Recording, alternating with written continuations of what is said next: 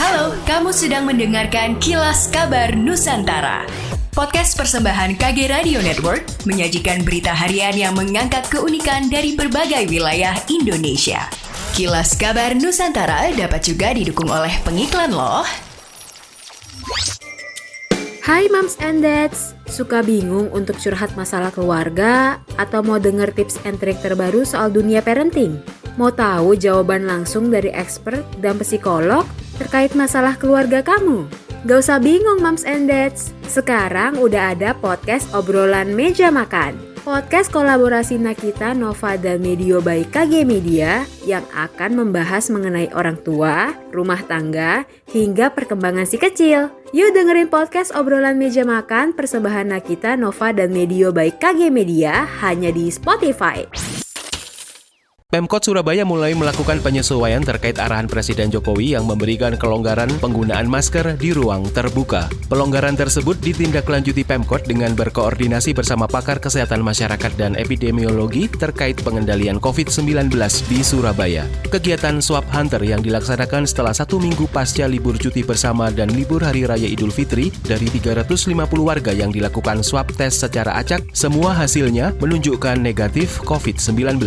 Meski demikian, Pemkot Surabaya belum melakukan penyusunan terkait dengan surat edaran pelonggaran penggunaan masker di ruang terbuka karena Pemkot masih menunggu aturan resmi dari pemerintah pusat atau Satgas COVID-19 nasional. Kepada masyarakat yang merasa kurang sehat terlebih komorbid sebaiknya tetap menggunakan masker jika sedang beraktivitas di ruang publik atau ruang terbuka. Dinas Kesehatan Sulawesi Selatan mengimbau masyarakat tidak euforia dengan menanggapi kebijakan pemerintah yang memperbolehkan melepas masker sebab WHO belum mencabut status pandemi untuk COVID-19. PLT Kepala Dinas Kesehatan Sulawesi Selatan, Bahtiar Baso mengatakan pelonggaran masker hanya berlaku jika berada di ruang terbuka.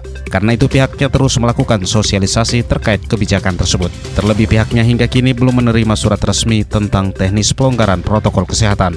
Di sisi lain, Bahtiar menyebut cakupan vaksinasi booster di Sulawesi Selatan masih sangat rendah. Sebelumnya, ahli epidemiologi Universitas Hasanuddin, Ridwan Amiruddin mengungkapkan kebijakan melepas masker sangat terburu-buru bahkan cenderung menyesatkan. Sebab indikator pencapaian untuk menuju PPKM level 1 belum terrealisasi secara maksimal. Menurutnya, meski situasi COVID-19 di tanah air sudah terkendali, namun pandemi belum sepenuhnya berakhir. Bahkan pandemi masih berpotensi mengalami arus balik, seperti dialami negara lain yakni Korea Utara, Australia, Jepang, China, Inggris maupun Amerika. Kasus COVID di negara-negara tersebut belakangan dilaporkan kembali melonjak.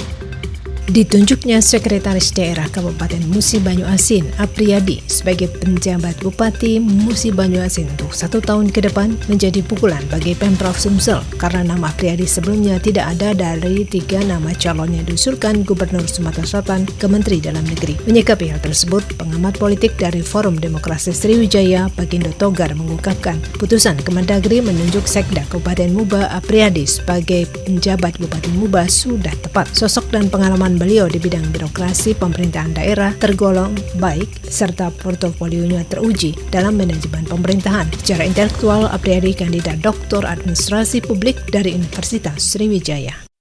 Demikianlah Kilas Kabar Nusantara pagi ini.